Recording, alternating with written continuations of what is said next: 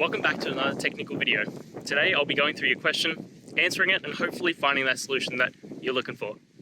Guys, remember to stay just a little bit crazy like me, and hopefully you work through that resolution. Let's continue on.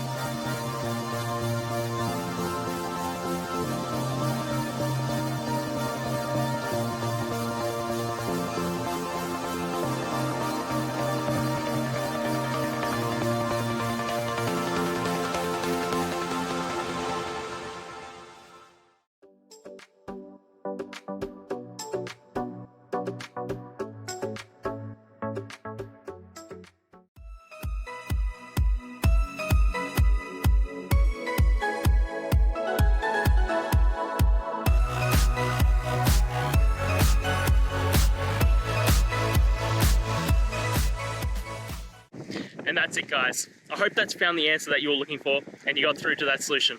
If you did, please hit the subscribe button. I'd really appreciate it. And until the next time you have a technical issue, I'll see ya.